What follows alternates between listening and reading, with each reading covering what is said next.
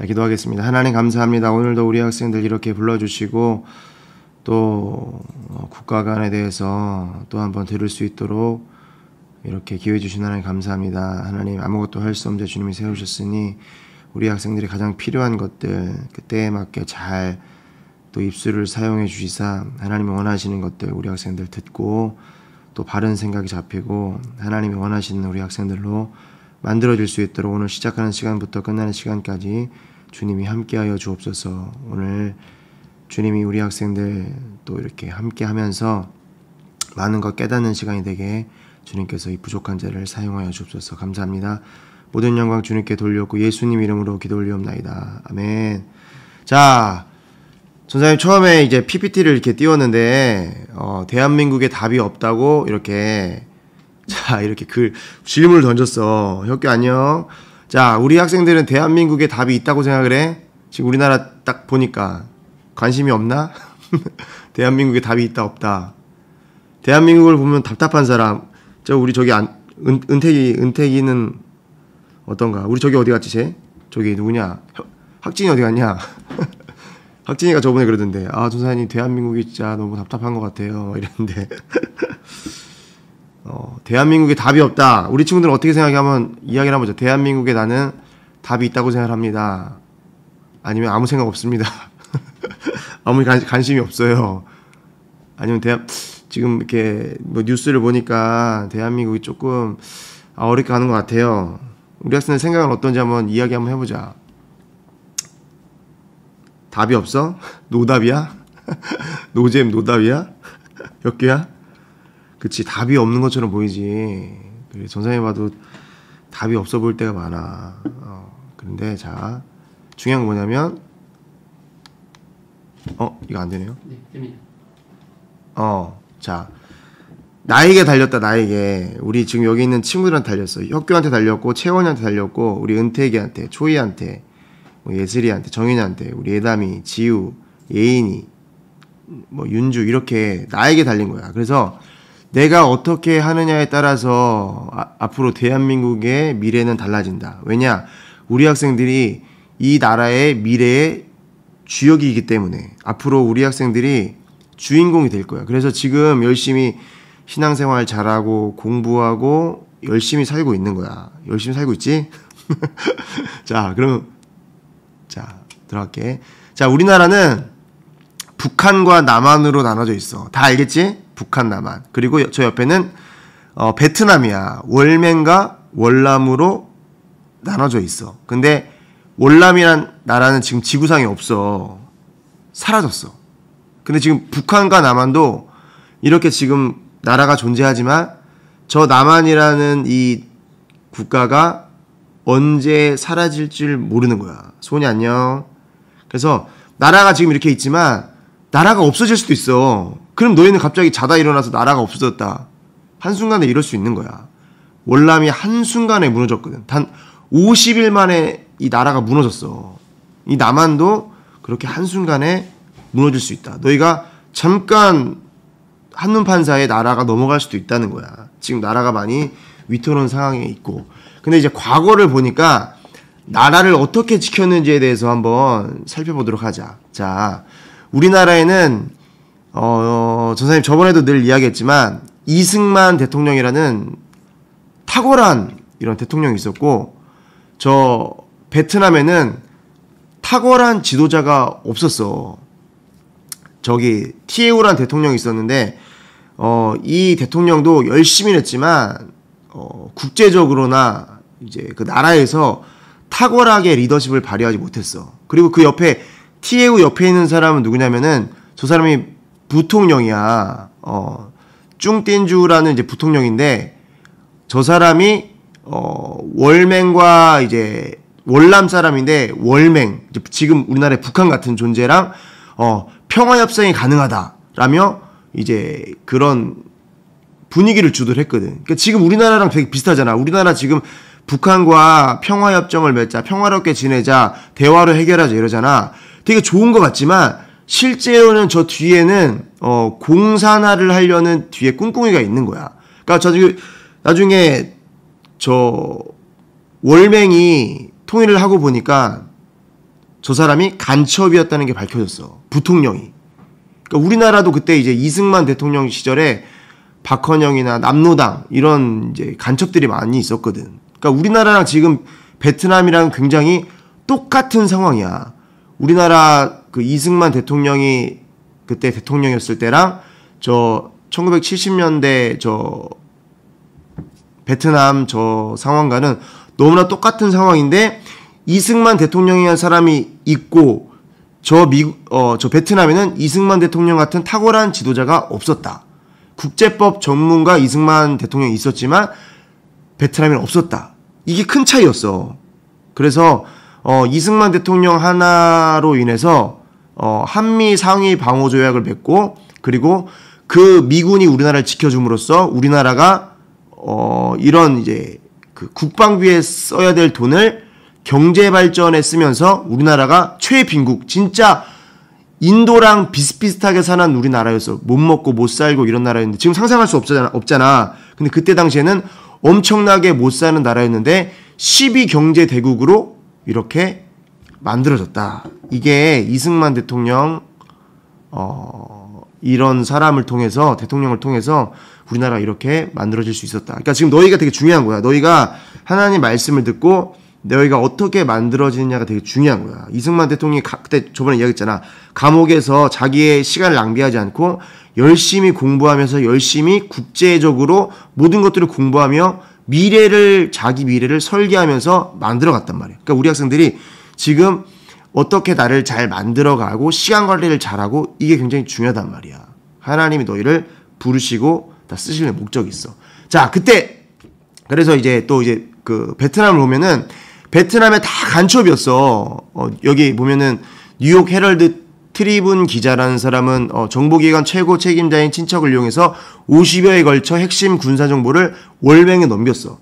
그러니까 이런 모든 이 간첩들이 쫑딘주 아까 부통령이라고 했잖아. 그리고 여기 월남 육군 대령 이런 사람들이 간첩이기 때문에 이 미군과 이런 대화하는 내용, 군사 기밀 이런 것들을 다 넘기니까 도저히 싸울래야 싸울 수가 없는 거야. 미군이 만약에 이 딱 월맹 군사들을 이렇게 치려고 가잖아. 그러면 이 월맹 군사들은 이미 미군이 어떻게 어디서 올지 다 알고 있었던 거야. 이런 간첩들을 통해서. 그리고 월맹의 군사 정보를 넘기는 걸 통해서 다 알고 있었어. 그러니까 싸움이 될 수가 없었던 거야. 이 월맹과 월남은. 왜냐면 이런 간첩들이 많이 있었기 때문에. 그리고 이 티우 대통령은 이제 아까 얘기했잖아. 되게 열심히 하고 지키려고 했지만 지킬 수가 없었어. 왜냐면 언론을 장악하고 이런 많은 간첩들 때문에 도저히 이 나라가 굉장히 지금 많이 무너져 있는 상태여서 해보려고 했지만 안 됐고 그리고 수많은 부정부패로 나라가 이미 무너진 상태였어. 우리나라 똑같은 상황이었지만 그러나 이승만 대통령을 통해서 우리나라가 잘 올 수 있었다. 그러니까 이게 차이가 있었는데 자 그래서 그때 이 베트남을 통해서 얻을 수 있는 게 뭐냐면 정신무장이 해제된 부패한 군대, 분열된 사회는 최신 무기를 고철로 만든다. 그때 미국이 이 베트남에게 엄청난 이 무기를 주고 갔거든. 그래서 남한 베트남이 엄청나게 무기들을 가지고 이제 군대가 이제 딱 있었는데 세계 3, 4위 정도 될 만큼 많은 이제 무기와 여러 가지 군대가 있었단 말이야. 최신형 이런 군대들이. 근데 이제 중요한 게 뭐냐면 미군이 철수를 했어. 그러니까 지금 우리나라도 미군 철수를 외치잖아. 근데 이게 중요한 게 뭐냐면 미군이 철수하면 그 나라들은 거의 미군 철수할 때부터 무너져. 우리나라뿐만 아니라 다른 나라들도 지금 너희가 잘 보면 자주국방할 수 있는 나라가 얼마 없어. 미국, 뭐 중국, 러시아, 뭐 일본도 뭐 이렇게 지금 미국을 통해서 많이 이렇게 도와주고 있잖아. 그러니까 실제로 자주국방을 통해서 자기 나라를 지킬 수 있는 사람들이 얼마 없단 말이야. 그렇지? 근데 이 베트남도 똑같았어. 그러니까 북한이나 지금 그때 월맹 사람들은 목표가 뭐냐면 미군만 나가면 되는 거야. 미군만 철수하면 되는 거야. 그러니까 모든 이 딱 포커스가 미군 철수에 모든 게 다 이렇게 돼 있어. 그래서 미군이 철수하자마자 베트남 곳곳에서 침투한 공산 간첩들, 민주화 인사들 이런 모든 사람들이 폭력 시위를 벌이고 사회를 혼란하게 만들고 사회를 다 분열하고 조장하고 완전히 이렇게 다 사회를 생각과 마음을 다 조장시켜 놓는 거야. 그래서 당시 베트남 공산당원은 9,500명. 그러니까 그 전체 인구의 0.5%밖에 안 되는 사람들이 이 사람들이 사회를 혼란하게 만들어서 이 남한 정부를 다 남한을 이 월남을 다 분열시켜 놓은 거야. 그래서 그렇게 무기가 많고 경제도 굉장히 탁월하고 그리고 이 군사적으로도 세계 3, 4위에 달하는 이 월남이 거지 군대 월남 군대한테 패배를 했어. 월맹은 그러니까 지금의 북한 우리나라의 북한 같은 월맹은 미국의 북폭 그때 이제 월맹을 이 공산당들을 미국이 막 비행기를 띄워서 엄청 공격을 했거든. 그래서 경제가 극도로 피폐해 있었고 엄청나게 이제 아사자가 속출했고 먹을 게 없었고 굉장히 힘든 상황이었어. 그런데 이런 아무것도 아닌 진짜 오합지졸 같은 월맹 같은 군대한테 이 월남 군대가 세계 4위 군대가 패배를 했어. 이 월맹 당시에 이 군대들은 하루 두 끼 식사에 부식은 소금뿐이었고 속옷도 못 입고 다녔고 그리고 신발 군화도 없어서 타이어 끈을 잘라서 샌들처럼 질질 끌고 다니는 그런 이제 군대였는데 이런 군대한테 패배한 거야. 그러니까 이게 생각이 정신이 이렇게 무너지면 나라가 무너지는 건 순식간이야. 이게 그때 나라의 0.5% 되는 이 공산주의자들이 그렇게 사회를 혼란시키니까 이 모든 사람들이 여기에 동조하는 거야. 이 언론이나 이런 걸 통해서 계속 보도하고 이러니까 그 사람들이 맞는 것처럼 보이고 이렇게 계속 끌고 가는 거야. 지금 우리나라도 비슷하잖아. 그래서 그때 아까 이야기한 것처럼 군사력 3, 4위, 해군 뭐 3위, 공군 4위, 뭐 경제력도 이렇게 33억 달러, 북베트남 23억 달러 이렇게 훨씬 더 우위에 있었고 군사력도 옆에 보면은 굉장히 우위에 있었지만 결국에는 적화 통일이 되고 말았다. 그러니까 이게 지금 우리나라도 똑같이 가고 있다는 걸 너희가 지금 잘 봐야 돼. 우리나라가 어떻게 지금 가고 있고 어떻게 이 월남이 걸었던 길을 똑같이 걷고 있는지. 그래서 그때 미군이 철수하면서 파리 평화회담으로 이 월남을 지켜주겠다고 약속을 했어. 키신저라는 사람이 그때 국방부 장관이었거든, 미국에. 그래서 이 레둑터라는 이 월맹 사람과 평화협정을 맺었단 말이야. 그래서 뭐라고 했냐면 월맹에 40억 원조를 해주겠다. 40억 달러. 이게 지금 돈으로 환산하면 450조야. 450조를 투자해서 너희 나라를 지켜주겠다. 그래서 약속을 다 했어. 그래서 약속을 다 하고 그다음에 방위자격도 체결하고 모든 거를 이제 만약에 베트공이 월맹이 북한 같은 나라 월남의 북한 같은 나라가 만약에 휴전협정을 파기하고 너희 나라를 쳐들어온다면 우리가 지상군을 지원하고 그리고 너희를 도와주겠다. 이렇게 철저하게 약속을 했단 말이야. 구두로. 그래서 무기도 양도해 주고 그리고 굉장히 모든 것들을 지원해 주겠다고 물신양면으로 지원해 주겠다고 키신저라는 국무부 장관을 통해서 약속을 딱 했어.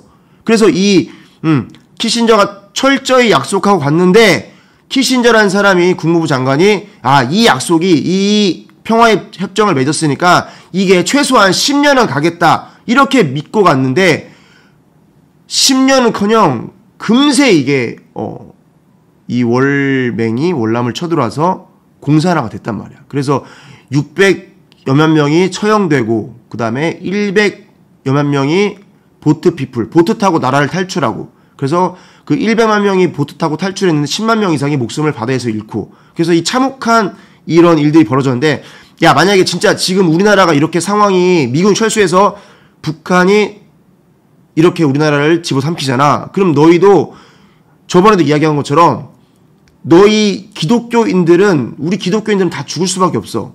북한에서 내려오면 기독교인들은 무조건 다 죽는 거야.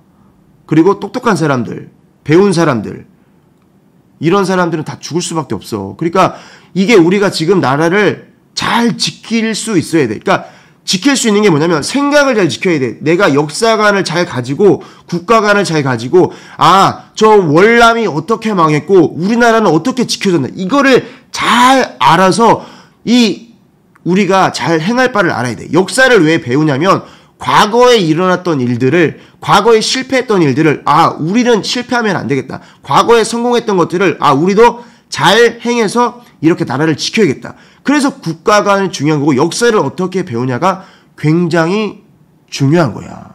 그래서 결국에는 남베트남은 여러 가지 이렇게 사회가 혼란하고 그리고 이 미군이 철수하면서 남침하는 공산군들을 저지하지 못하고 공산화가 되고 만다. 그러니까 이렇게 비참하게 많은 사람들이 죽었어. 그래서 이거 외에도 미국이란 나라가 휴전 담보를 위해서 휴전 감시위원단 4개국을 참여시키고 그리고 250명의 휴전 감시위원단 이런 사람들을 파견하고 그리고 월맹의 인질 형식으로 외무부 차관 150명 고문단과 함께 4인국 체류하고 그러니까 이 여러 가지 이렇게 안전장치를 해놨는데 결국에는 적화 통일되고 말았어. 왜? 전쟁이 일어날 때 미국이 자동 참전할 수 있는 기능이 빠져 있다는 거야. 좀 이따 얘기해 줄게. 그래서 중요한 게 뭐냐면 키신저랑 이게 구두로만 약속한 거야. 키신저가 이 파리 평화회담 맺을 때 구두로만 약속한 거야. 실제로 이 미군이 참전한다는 확실한 약속, 이 참전 기능이 빠져 있다는 거야. 그래서 이게 이 월남이 왜 무너졌냐면 국제법이란 거에 정확히 무엇인지 몰랐던 거야. 그냥 약속해줬으니까. 미국이란 나라가 약속해주고 유엔이 약속해줬으니까 우리나라 안전하겠다. 그렇지만 국제법이 무엇인지 몰라서 미군이 우리나라가 전쟁이 났을 때 자동 참전하는 기능이 있는데 그걸 몰랐던 거야. 그래서 한순간에 이렇게 나라가 집어 먹히게 된 거야. 지금도 똑같아. 지금도. 이승만 대통령이 다 만들어놨지만 우리가 정신 차리지 않으면 우리나라는 저 월남처럼 어느 순간에 지도에서 사라질 수 있다. 근데 지도에 사라진다고 해서 뭐 중요한 건가 뭐 아무것도 아니라고 생각할 수 있지만 진짜 너희가 목숨과 관련된 문제고 영혼의 때에 관련된 문제야. 저 사람들이 북한 사람 내려와서 우리나라를 죽인다면 여기서 믿음 지킬 사람이 얼마나 돼? 내 앞에서 만약에 엄마 아빠를 죽이고 동생을 죽이고 이러면 내가 믿음을 지킬 수 있을 것 같아? 아니야. 이게 보장할 수 없는 거란 말이야. 그러니까 너희가 지금 국가관을 바로 가지고 나라를 지킬 수 있을 때 지켜야 돼. 그래서 저 베트남 저 월남 사람들도 아무렇지 않게 생각하다가 진짜 월맹이 쳐 내려와서 나라가 집어삼켜 먹히니까 살겠다고 저렇게 몸부림을 치는 거야. 저 헬기, 미군 헬기에 저 수많은 사람들이 타려고 몸부림치는 거야. 지금 아프가니스탄도 똑같잖아. 저런 베트남의 절차를 똑같이 밟는 거야. 그래서 우리나라도 상호 방위 조약, 한미 합의 의사록이란 게 있는데 좀 이따 설명해 줄게. 이게 이승만 대통령을 통해서 체결 안 했다면 우리도 똑같이 저렇게 무너졌을 것이다. 그래서 그 후에 어떻게 됐냐면 저 봐봐. 인민 재판을 통해서 정치적 숙천 단행. 수많은 사람들 이 월맹과 안 맞는 사람들은 다 죽이는 거야. 잔인하게 다 죽이고 그 다음에 그 옆에 사진 봐봐. 저 사람들이 무릎 꿇고 저렇게 울고 있잖아. 저 사람들이 월맹을 도와준 사람들이야. 간첩들이지. 그런데 저 사람들이 월맹에서 다 죽였어.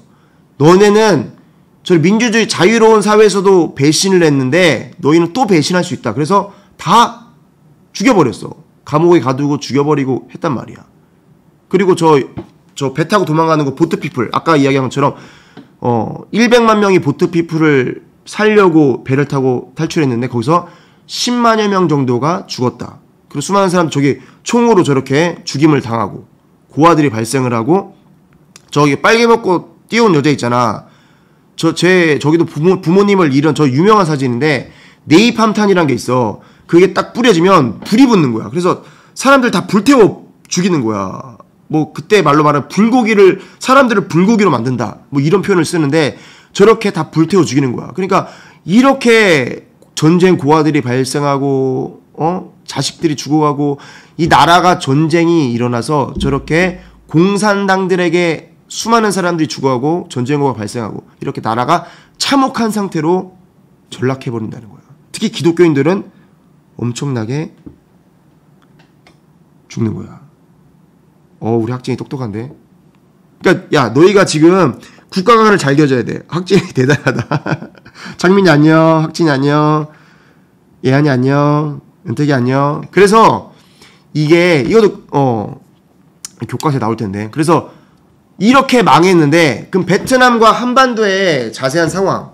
왜 베트남은 망했고 한반도는 망하지 않나? 베트남은 저렇게 아까 이야기했잖아. 망할 수밖에 없는 상황이었어. 부정부패에다가 국제법도 몰랐지.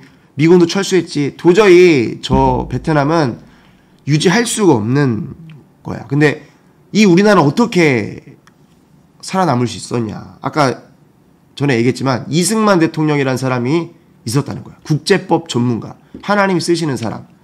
자, 그 당시 우리나라도 이제 6.25 전쟁이 이제 한참 진행이 되고 이제 휴전이라는 분위기로 이제 흘러가게 됐어. 근데 우리나라 1953년 강대국들 이제 휴전 압력을 반대하는 국민들이 이렇게 플랜카드를 들고 덕수궁 대한문 앞에서 저렇게 시위를 벌였어. 안 된다. 우리는 국군으로 북지통일 하겠다. 휴전 반대 운동이 저렇게 막 일어난 거야. 국민들이. 자, 이렇게 우리나라 이제 일어났는데 그때 이제 전 세계적으로 이제 분위기가 어땠냐면 그때 아이젠하워라는 대통령이 1952년 제34대 대통령으로 당선이 되었어. 그래서 이 아이젠하워 대통령이 당선될 수 있었던 이유는 이제 한반도에서 오랜 전쟁을 끝내겠다. 이 미국이란 나라는 전쟁을 이제 하지만 미국에서 이제 그런 전쟁에 점점 피로감을 얻고 이제 국민들이 전쟁을 반대하기 시작하면 이제 그 전쟁에서 발을 빼는 이제 일들이 많이 일어나. 그래서 이제 이 아이젠하워 대통령도 한국 전쟁, 이 6.25 전쟁을 마무리하겠다. 우리 미군들이 많이 죽어갔기 때문에 이렇게 마무리하겠다. 그래서 이 이승만 대통령에게 그 베트남에서 이런 했던 평화협정 이런 것들을 이승만 대통령에게 또 요구를 해. 그러니까 베트남 전쟁보다 이승만 대통령 이 6.25 전쟁이 먼저 있었던 일이잖아. 근데 이승만 대통령은 국제법 전문가이기 때문에 이걸 딱 알았어. 그래서 이렇게 구두로서만 끝나고 법적 효력이 없는 UN 차원의 대제재 선언을 한국에게 내밀며 UN 차원에서 안보를 보장해 줄 테니 너희 이렇게 우리 말 들어라. 이렇게 이제 미국에서 이야기를 한 거야. 그래서 클라크 이제 사령관 이 주미대사 이 사람이 이승만을 만나서 이야기하는데 이승만 대통령이 여기서 발끈한 거야. 그러면서 야 그거 대제재 선언 있잖아. 실질적으로 아무 효력도 없는 거잖아. 휴지 조각 같은 그것들을 우리한테 내밀라니 우리한테 내밀어서 이거를 우리한테 수급하라니 이건 말도 안 되는 일이다. 베트남이었으면은 옳지구나. 다른 나라 같았으면 옳지구나. 좋습니다. 했겠지만 이승만 대통령은 이 조약이 어떤 건지 안단 말이야. 대제선이라는 게 어떤 건지 알아. 저게 실제적으로 구두로 약속하지만 우리나라가 전쟁이 터졌을 시 북한에서 우리나라에게 남침했을 시 미군이 자동 참전할 수 있는 상황이 아닌 거야. 구두로만 약속한 거야. 그러니까 지켜질 수 있을지 없을지 보장할 수가 없는 거야. 그 나중에 베트남에서도 진짜 평화협정을 맺었지만 키신저가 실제로 월남이 무너졌을 때 미군이 참전을 안 하잖아. 그러니까 이승만 대통령은 그때 전사님 저번에 국가강의 하면서 이야기해줬지만 이승만 대통령이 그때 미국에서 학교를 다니면서 국제법 정치학 박사를 취득했잖아. 그러니까 이 국제법에 대해서 너무 잘하는 거야. 그러니까 당하지 않는 거야. 그러니까 이 아이젠하워 대통령이 이 빠른 소리로 전쟁을 얼른 휴전하려고 자국민을 위해서 자기 나라를 위해서 얼른 휴전을 하고 끝내려고 전쟁을 자기가 인기 있는 대통령이 되려고 이렇게 딱 내밀었는데 이승만 대통령은 한 수 윈 거야. 딱 아는 거야. 안 돼. 우리는 이걸 할 수 없어. 그래서 골치 아파진 거지 미국에서.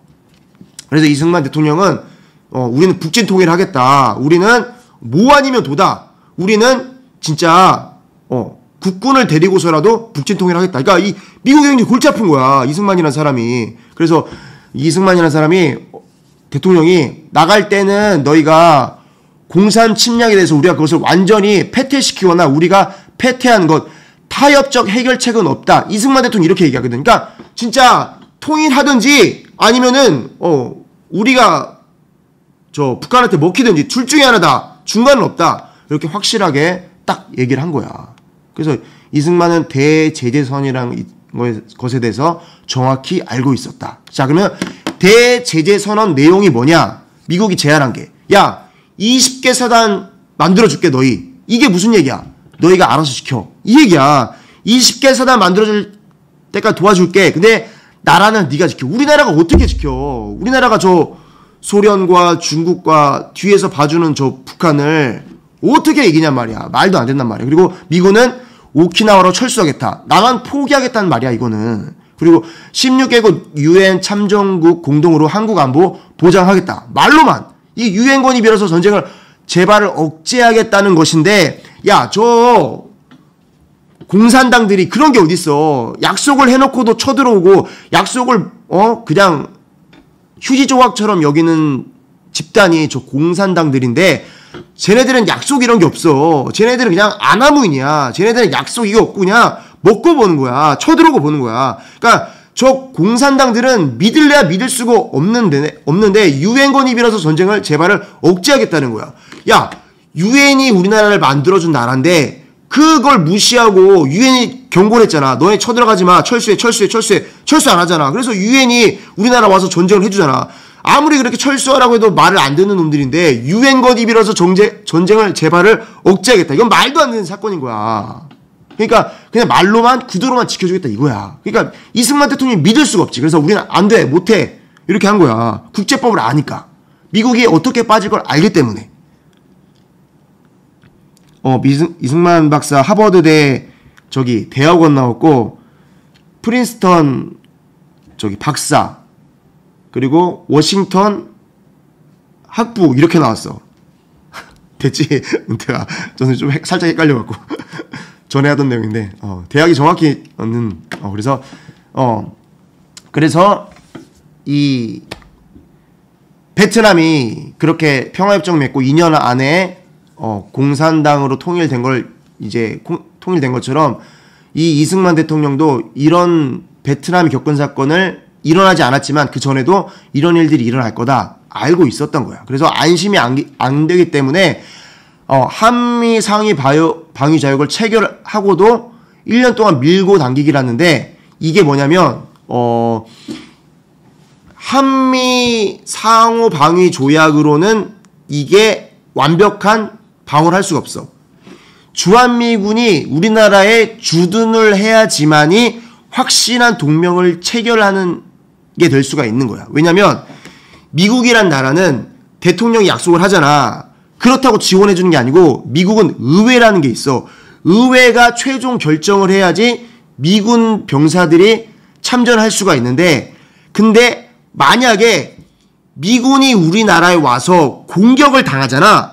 그럼 미국은 무조건 참전을 해야 돼. 의회의 결정 상관없이 미국은 자동 참전이야. 미군이 공격을 딱 당한다. 그러면 의회의 결정이 없이도 바로 참전할 수 있는 거야. 이 이승만 대통령은 이걸 알고 있기 때문에 미국에게 이걸 들들들 볶은 거야. 그래서 야, 이거 한미 상위 방위 조약 이걸로 안심이 안 돼. 미군 주둔시켜줘. 이걸 얘기를 한 거야. 베트남과 이게 우리나라의 차이인 거야. 그래서 이 미국의 입장은 주한미군을 안 보내면 이승만이 북진통화를 할까봐 걱정을 하기 시작한 거야. 그래서 이 전방에 미군을 주둔을 이제 하기 시작했어. 좀 이따 근데 이거 하기 전에 미국 이 군대를 전방에 주둔할 수밖에 없었던 이유가 뭐냐면, 이 이승만 대통령이 진짜 굉장히 탁월했던 게 뭐냐면 이걸 볼 줄 알았던 거야. 미국은 국제법에 대해서 세계 최고의 전문가야. 근데 이승만 이 대통령이란 사람 하나가 그 국제법 전문가인 미국을 상대로 진짜 손에 쥐락펴락 한 거야. 대단한 거야, 이게 진짜. 하나님이 진짜 쓰시는 사람이지. 이게 뭐냐면, 이제 포로 문제가 있었어요. 약간 너희가 좀 이제 집중 안 됐을 때 집중 잘해봐. 포로 문제가 있었는데, 이 6.25 전쟁이 딱 이제 휴전을 하잖아. 그러면 이제 항상 전쟁이 있으면 가장 이제 어려운 문제가 포로 문제야. 이제 포로 문제가 있는데, 이제 제네바 협약에 의해서 세계 이제 그 약속에 의해서 각자 포로는 각자 나라로 돌려주게 돼 있어. 근데 우리나라 이제 그 미군이 잡은 이제 포로들 있잖아. 우리나라 잡은 포로 전쟁을 통해서. 근데 이제 중국 포로도 있었고 뭐 인민군 포로도 있었는데 이들 포로들이 뭐라고 하냐면 나 못 가겠다. 나 북한으로 못 가겠다. 나 중국으로 못 가겠다. 나 가면 죽는다. 나 보내지 말라. 이렇게 얘기를 하는 거야. 이게 왜 그러냐면 잘 봐봐. 북한이 우리나라를 쳐들어왔잖아. 그런데 쳐들어오는 과정에서 우리나라 무고한 이 남한 청년들을 데리고 가서 북한 군대를 삼고 공격하게 만든 거야. 그러니까 남한 청년들은 자기는 북한군이 되고 싶지 않았는데 억지로 끌려가서 전쟁을 했단 말이야. 그 태극기 휘날리면 보면 거기서 막 형제끼리 싸우는 거 발생하잖아. 그런 것처럼 억지로 끌려가서 자기도 이렇게 전쟁을 한 거야. 그러니까 이 인민군 포로를 당연히 북한에 돌려주는 게 맞는데 근데 저 사람은 남한 사람이란 말이야. 억지로 끌려가서 군대에 붙잡혀서 우리나라와 전쟁을 한 거야. 자기도 원치 않게 죽으니까. 그러니까 이런 사람들은 인민군으로 돌려보낼 수 없잖아. 그러니까 굉장히 애매한 상황이 벌어진 거야. 그리고 어떤 사람들은 스스로 자기가 출세하려고 이 북한군이 내려오니까 북한군이 통일을 하겠다. 그래서 북한군 쪽에 붙어서 북한 군인대에서 싸운 거야. 근데 이 포로들을 잡아보니까 구분을 할 수가 없는 거야. 누가 스스로 자원해서 간 사람인지 누가 끌려간 사람인지. 그러니까 이거를 누군 돌려보내고 누구 돌려보내지 않고 굉장히 난감한 상황에 이르는 거야. 너희 같으면 어떻게 하겠어? 너희가 포로라면 안 돌아간다고 하겠지. 그러니까 이게 어떻게 구분할 수가 없는 이 포로 문제는 굉장히 어려운 문제야. 그리고 또 문제가 뭐 있었냐면 그때 중공군 포로와 인민군 포로는 굉장히 많이 잡았는데 이 미군이나 남한 포로는 상대적으로 적었단 말이야. 근데 똑같이 교환을 해. 근데 이 중공군 포로랑 인민군 포로를 많이 돌려버리잖아. 그럼 저들이 이 군대가 증강을 하는 거야. 그러니까 이것도 문제가 되고. 그러니까 이게 포로 문제라는 게 우리 포로만큼 너희도 포로 달라. 그것도 되게 또 애매한 거야. 그러니까 이 포로 문제가 굉장히 어려운 상황에 있었다. 그리고 또 하나가 뭐냐면 그때 좀 길어지는데 스탈린이라는 사람이 독일과 소련이 그때 2차 세계대전 때 이제 그 전쟁을 했잖아. 전쟁을 해서 그 소련군 이 포로들이 이제 독일에 많이 잡혔어. 그래서 독일이 패배하면서 독일에 잡힌 소련 포로들을 스탈린 쪽으로 돌려보내줬는데 스탈린이 이 포로들을 자기 나라 사람이 다 죽여버렸어. 왜냐면 항복하거나 포로된 자는 조국의 배신자로 간주된다. 나라를 위해 싸워서 포로가 된 건데 스탈린은 다 죽여버려. 이게 공산주의야. 공산주의자들은 다 이래. 자기의 나라, 자기 나라를 위해 싸운 사람 이런 거 필요 없어. 무조건 잡혔다 돌아오면은 저건 배신자다. 저거는 이래서 다 죽여버리는 거야. 그러니까 포로를 또 돌려보내면 이렇게 다 또 죽일 것이다. 그러니까 이런 포로 문제가 굉장히 어려운 단계에 있었다. 그래서 이승만 대통령이 결심을 딱 해. 이 포로를 다 석방하기로.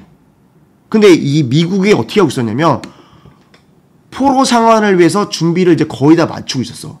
그래서 포로가 이제 저런 어려운 문제들을 다 이제 이야기를 하고 다 어떻게 돌려보내겠다 다 이야기를 이제 거의 다 돼가고 있고 했는데 포로 문제 잘못 건들면 휴전선 쪽에 다 날아갈 수 있거든. 그러니까 굉장히 조심스러운 상황인데 이승만 대통령이 지금 이제 우리나라의 상호 방위 조약이 필요하고 그리고 이 대제재 선언 이거 필요 없다. 휴지 조각이다. 사기다. 그래서 이것들을 이제 다 대제재 선언이 필요 없고 상위 방위 조약을 미국으로부터 가져와야 되는 상황이기 때문에 이게 이승만 대통령이 승부수를 던진 거야. 그래서 어떻게 하냐면 이승만 대통령이 우리나라 군인들을 풀어서 미군과의 전쟁이다 이렇게 선포를 한 거야. 그래서 고춧가루를 들고 가서 미군이 이 포로들을 지키고 있는 곳에 가서 미군들의 얼굴에 고춧가루를 뿌리고 그리고 그 옥문을 열고 이 반공포로들을 다 석방해버렸어. 그리고 이승만 대통령이 뭐라고 했냐면 자 이제 전쟁 끝. 미국과의 전쟁 끝. 이렇게 선포를 해버린 거야. 그래서 이렇게 방공포로들이 35,457명 중에 26,424명이 석방이 됐어. 그러니까 미국으로 이제 미국 너무 화가 나는 거지. 그러니까 이승만 대통령이 내 책임하에 명령이다. 방공포로 석방해라. 그래서 국군들한테 그렇게 명령하고 미군 얼굴에 고춧가루를 뿌리고 석방시켜 버린 거야. 그러니까 미국 입장에서 굉장히 화가 나서 어떤 걸 했냐면 에버레디 작전을 맞아. 안 그래도 매우 하는데 고춧가루 얼굴에 뿌렸지. 그래서 에버레디 작전을 이제 미국에서 계획하게 된 거야. 이승만 제거해버리죠. 저거 너무 우리나라의 가시다. 미국의 너무 골칫덩어리다. 그래서 이승만 북지통일 주장 미 국무부 기밀 문서 발견 이렇게 발견이 됐는데 그래서 이렇게 이 이승만을 제거하기 위해서 에버리 작전이라는 것을 이제 딱 계획을 하고 제거를 하려고 그러는데 저번에 얘기했잖아. 이승만 대통령의 절친 덜레스 국무부 장관이 반대를 한 거야. 야, 지금 우리가 자유를 위해 싸우고 있는데 저 남한의 자유를 지키기 위해 싸우고 있는데 이 전쟁 도중에 아직 휴전도 아직 다 이루어지지 않았는데 전쟁하고 있는 나라의 대통령을 우리가 제거하면 미국을 누가 신뢰하겠냐. 덜레스가 반대한단 말이야. 그래서 이승만을 제거할 수 없었고 그리고 그 다음에 이승만은 이미 반공의 상징적인 인물이 되어 있기 때문에 어떻게 할 수가 없었던 거야. 그래서 이 방공포로를 석방한 걸 보니까 이 미국에서 어떻게 생각했냐면 야, 저 이승만이라는 사람이 보통 사람이 아니다. 저 사람은 진짜 뭐든지 할 만한 사람이다. 이승만 살해하려고 그랬어. 그래서 야, 들어주자. 이승만 빨리 들어주자. 저거 골칫덩어리다. 무슨 일을 일으킬지 모른다. 빨리 들어주자. 이렇게 돼버린 거야. 뭔 말인지 알겠어? 자, 그래서 방공포로를 이렇게 석방을 했는데 이 중국에서 열이 받았잖아. 미국에서도 열이 받고 중국에서 열이 받았어. 이 이승만 대통령 통해서. 그래서 중국이 어떤 일을 했냐면 6.25 전쟁의 마지막 전투인데 금성지구 전투라는 거야. 이게 중공군이 열이 받아서 왜냐면 그 26,000명의 포로들을 자기네 나라에 데리고 와서 뭐 이제 아오지 탄광에 가서 뭐 이렇게 북한 같은 경우는 아오지 탄광에 보내서 노예로도 쓸 수 있고 그리고 군인으로 만들 수도 있고 이런 사람들인데 저 이승만 대통령을 통해서 다 이제 포로를 석방해 버리니까 열이 받아서 그때 누구냐 까먹었다. 중국의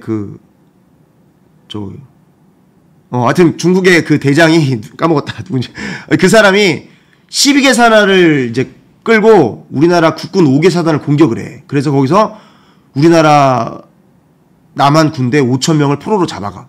그래서 26,000명을 포로로 석방한 대신에 금성전투에서 군인 5,000명을 잡아가 버려. 그러니까 이 세상에 공짜가 없는 거야. 그래서 이 중국이 열이 받아서 그렇게 남한 국군 포로들을 잡아갔다. 자, 그래서 이제 미국도 아까 이제 방공포로 이렇게 석방하니까 전 세계랑 미국에서 아까 얘기했잖아. 빨리 들어줘야겠다. 그래서 얼른 로버트슨 특사라는 사람을 이제 파견을 해서 이승만과 회담을 시켜. 그래서 회담을 막 시키니까 이제 왜냐면 이제 북진할 수 있기 때문에. 그래서 로버트슨 이제 특사가 우리나라 딱 왔는데 저 옆에 보면은 뭐 이렇게 우리 국민들이 막 저렇게 시위하고 있잖아. 막 저렇게. 그러니까 이 로버트슨 특사가 이 지금 분위기가 장난이 아니다. 그래서 이렇게 이제 이승만 대통령과 이야기를 하는데 이승만 대통령이랑 이야기하면서 이 로버튼 특사 이 사람이 완전히 털털 털려버리는 거야. 왜냐면 이승만 대통령이 맞는 얘기만 하는 거야. 1800년대 후반에 우리나라랑 미국이랑 조약을 맺었거든. 이 조선을 지켜주겠다. 근데 그 약속을 지키질 않았던 거야, 미국이. 그래서 너희는 이런 약속도 지키지 않고 너희는 비도덕한 국가다. 너희는 어떻게 그렇게 강대국이라고 해놓고선 너희는 진짜 세계 경찰인데 경찰 같은 나라인데 어떻게 너희 같은 나라가 이렇게 약속도 안 지키는 나라가 될 수 있냐 이러면서 막 이야기를 하니까 이 로버트슨 이 특사가 두 손 든 거야. 그래서 이 남한을 민주주의 전시장으로 만들어주겠다. 그래서 미국에 이제 보고를 하는 거야. 이승만은 우리 미국을 궁지로 몰아넣었고 그리고 그는 그것을 잘 알고 있다. 그러면서 막 이제 오히려 미국에 가서 이렇게 보고를 하고 이제 상호 방위 조약을 맺어주고 그리고 많은 이제 약속들을 받아내게 돼. 그래서 이 한미 상호방위 조약 비비전을 보완을 하게 되고 그리고 대한민국을 지키려는 피난한 노력을 하게 되는데 이승만 대통령이 뭐라고 이야기를 하냐면 이제 한미 상위 방어 조약이 체결되었으므로 우리의 후손들이 앞으로 누대에 걸쳐 이 조약으로 말미암아 갖가지 혜택을 누릴 것이다. 너희가 지금 이렇게 잘 먹고 잘 사는 게 이승만 대통령을 통해서 한미 상위 방위 조약을 맺고 그리고 아까 저거 뭐였지? 까먹었다. 저거 생각이 안 나냐? 이런 것들을 통해서 조약들을 통해서 엄청난 이렇게 우리가 지금 갖가지 혜택을 누리고 있는 거야. 우리나라가 잘 살 수 있는 이유가 이 미국을 통해서 우리나라를 지켜줬고 그리고 우리나라는 국방비에 쓸 돈을 아까 이야기한 것처럼 경제 발전에 쓸 수 있었던 거야. 그래서 이렇게 우리나라가 지금 너희가 잘 먹고 잘 살고 이렇게 굶어 죽지 않고 옛날에 우리나라 굶어 죽는 사람 많았어. 근데 지금은 굉장히 잘 먹고 잘 살고 먹는 것 때문에 걱정하는 사람 없잖아. 그러니까 이렇게 지금 이승만 대통령을 통해서 엄청난 혜택을 우리가 누리고 있다. 이게 베트남과 다른 점이다. 베트남은 패망했지만 우리나라와 베트남이 다른 것은 이승만 대통령을 통해서 이렇게 미국이란 나라를 꽉 붙들고 이 2개 사단, 2개 사단을 우리나라에 딱 이제 주둔할 수 있게 한 거다. 그래서 이렇게 황당하게 이제 이렇게 조약을 맺게 됐는데 그래서 이제 국무부 장관 이제 돌레스가 우리나라로 날아온단 말이에요. 왜 이제 이승만 대통령에게 전에도 이야기했지만 네가 와라. 이승만 대통령 이제 우리나라 와라. 미국으로 와라. 조약 맺게. 이렇게 얘기했는데 이승만 대통령이 뭐라고 하냐면 야, 나 지금 전쟁 이거 수습하느라 바빠. 네가 와. 그러니까 우리나라 그때 되게 못 사는 나라잖아. 미국은 최강대국이거든.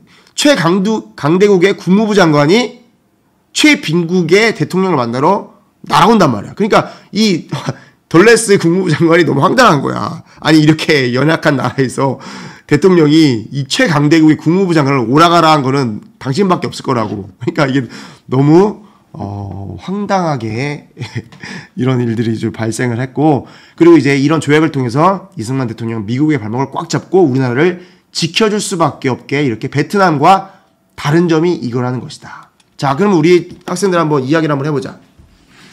자, 북한이 미군 철수를 부르짖는 이유는 뭘까? 한번 써보자. 선생님 지금 쭉 이야기 해줬잖아. 북한이 미군 철수를 부르짖는 이유. 왜 북한이 미군 철수를 저렇게 부르짖을까? 상위 방위 조약이 있잖아. 근데 왜 미군 철수를 부르짖을까? 그치? 맞아. 성이 맞아. 인계철선이라고 해서 인계철선이 뭐냐면 미군이 그러니까 인간의 철선인 거야. 그러니까 미군이 아까 얘기했잖아. 원래 구두로에 약속했을 때 전쟁을 약속하면 전쟁 때 도와주겠다 약속하면 그거는 이제 의회가 반대하면 우리나라 원래 도와주기로 했는데 우리나라 지금 사정상 뭐 국가 지금 사정상 도와줄 수가 없다. 이러면 의회에서 반대하면 올 수가 없는 거야. 올 수가 없는데 인계철선 미군이 우리나라에 딱 주둔하고 공격을 받으면 자동 참전할 수 있는 거야. 그래서 북한이 미군 철수 미군만 나가잖아. 그러면은 꼭 미국이 도와줄 이유가 없거든. 인계철선이 없기 때문에 자동 참전 이 기능이 없기 때문에. 그래서 우리나라 미군 기지가 이렇게 지금 동두천 미군 기지, 용산 미군 기지, 평택 미군 기지 저 122km 안에 미군 기지들이 저렇게 몰려있다. 미군이 쏘면 북한이 쏘면 바로 미군이 참전할 수밖에 없는 인계철선이 저렇게 잘 돼 있는 거야. 근데 봐봐 동두천 미군 기지 막 철수해라, 용산 미군 철수해라, 평택 막 엄청나게 지금 막 부르짖잖아. 그게 다 누가 하는 거냐? 나라를 전복시키려는 세력. 베트남이 망했잖아. 0.5%의 나라를 전복시키려는 세력이 나라를 무너뜨린 것처럼 우리나라도 지금 그 나라를 전복시키려는 세력들이 나라를 무너뜨리려고 미군 철수를 부르짖고 있다. 미군이 철수하는 순간 우리나라는 다 무너져. 절대 미군만은 철수하면 안 돼. 이걸 정확하게 알아놔야 돼. 자, 빠르게 할게요. 자, 그래서 이승만 대통령이 체결해놓은 이 조약이 아시아에서도 엄청나게 큰 역할을 했어. 우리나라에서도 큰 역할을 했지만 아니 아시아에도 엄청난 역할을 한 거야. 왜냐면 한반도 그 주변 지역에 장기적인 평화가 찾아온 거야. 미군이 이게 사단이 남한에 주둔함으로써 장기적인 평화가 찾았어. 왜냐면 한반도에는 70년도 안 되는 기간에 6번의 전쟁이 일어나. 화약고지 진짜. 청일전쟁, 러일전쟁, 만주사변, 중일전쟁, 태평양 전쟁, 6.25사변 이런 대규모 전쟁만 6번이 일어났는데 완전히 화약고야. 지금도 만약에 미군이 없다면 너희도 지금 사는 이 나라에 계속해서 전쟁이 벌어지고 누군가 지금 전쟁으로 죽어나가고 있겠지. 근데 한반도에 이게 사단 미군이 주둔함으로써 아시아 지역에 평화가 찾아왔다는 거야. 엄청난 사건이야.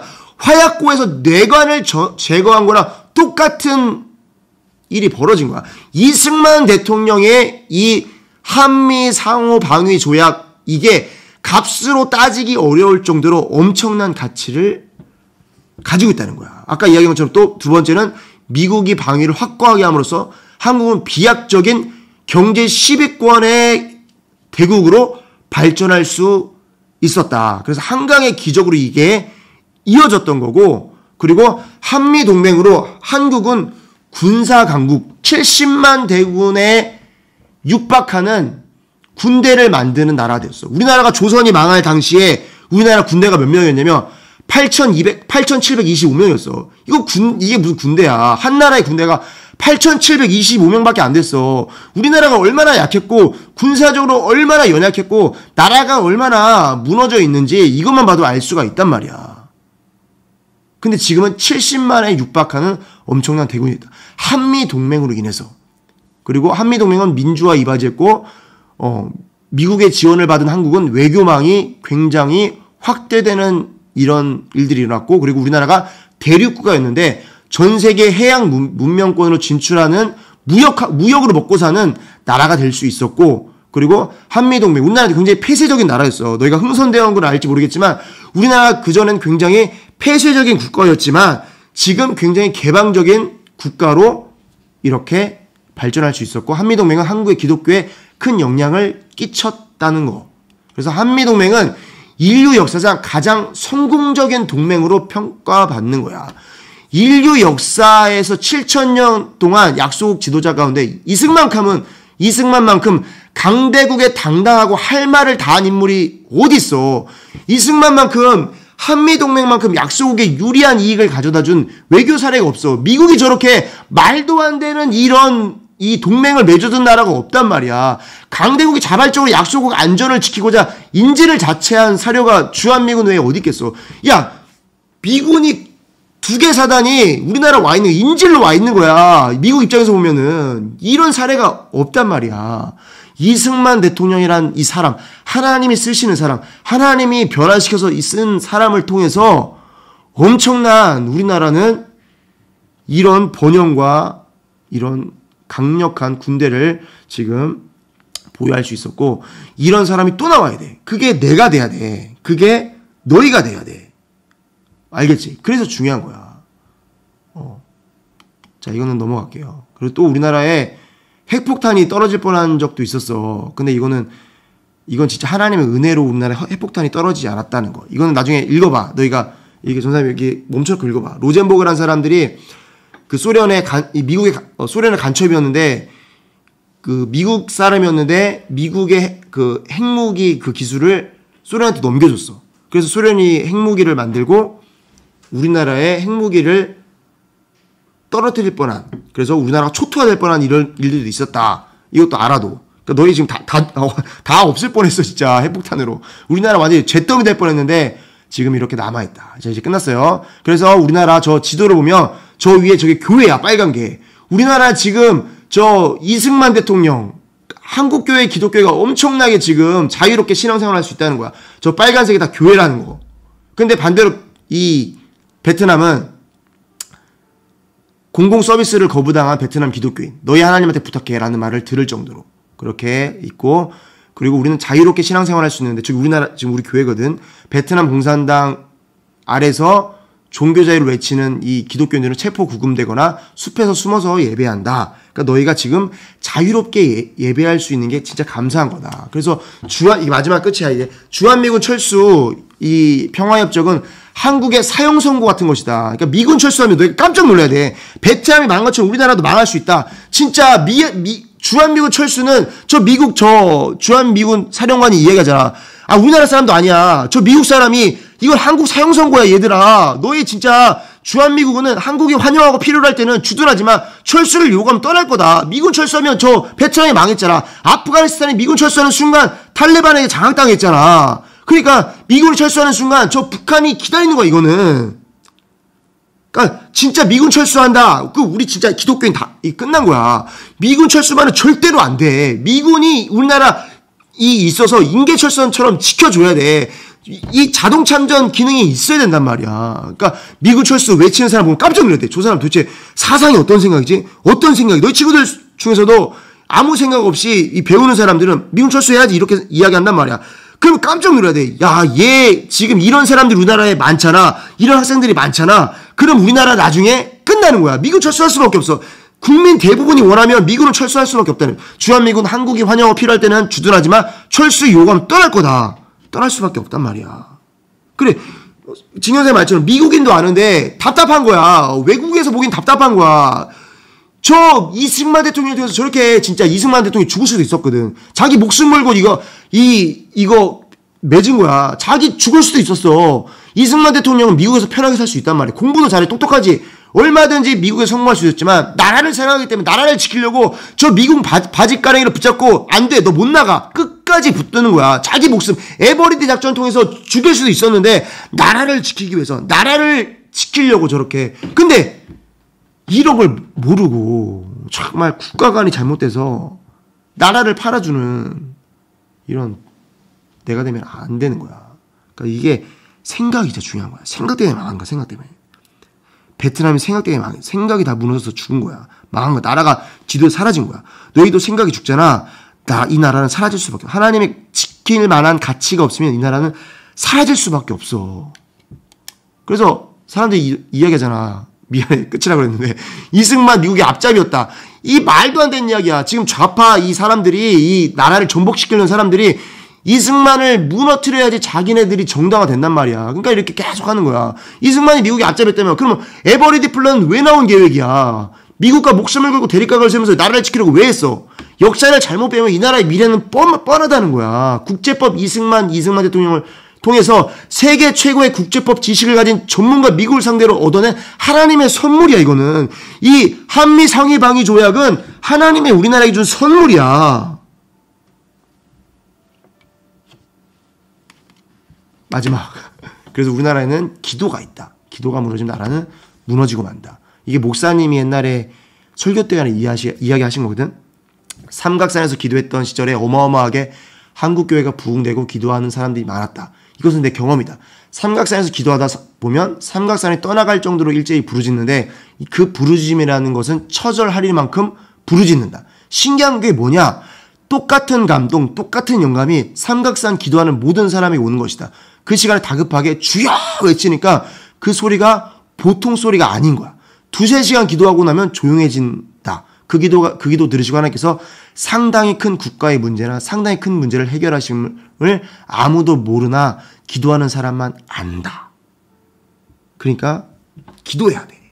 나라를 위해서. 자, 이 시간에 우리 기도하자. 너희가 나라를 한미 상위 방어 조약의 기한이 그때 박근혜 대통령 때 하여튼 연기했었어. 선생님 그거 한번 알아볼게. 연기했었는데 문재인 대통령이 또 어떻게 했는지 선생님 그걸 못 봤거든. 선생님 그거 한번 보고 그거 한번 다시 나중에 이야기를 한번 해줄게. 자, 다음번에는 이승만 대통령과 김구에 대해서 한번 이야기를 해줄게. 자, 이 시간에 우리 기도하자. 기도하실 때 하나님, 우리 학생들이 진짜 생각이 중요해요. 생각이 무너지니까 베트남이 저기 다 무너지잖아요. 우리 학생들이 지금 미래의 기둥인데 우리 학생들의 생각이 국가관이 잘못되고 신앙관이 잘못되고 이게 다 무너지면 우리 학생들을 통해서 하나님이 일하셔야 되고 나라를 지켜서 나라를 통해서 전 세계 복음을 전해야 되는데 그게 무너집니다. 우리 학생들이 생각이 바로 서게 도와주시고 나라를 지킬 수 있고 내 신앙을 지킬 수 있는 우리 학생들 되게 도와주옵소서. 이 시간에 우리 10분간만 주여 삼창하기도 하겠습니다. 주여 주여 주여.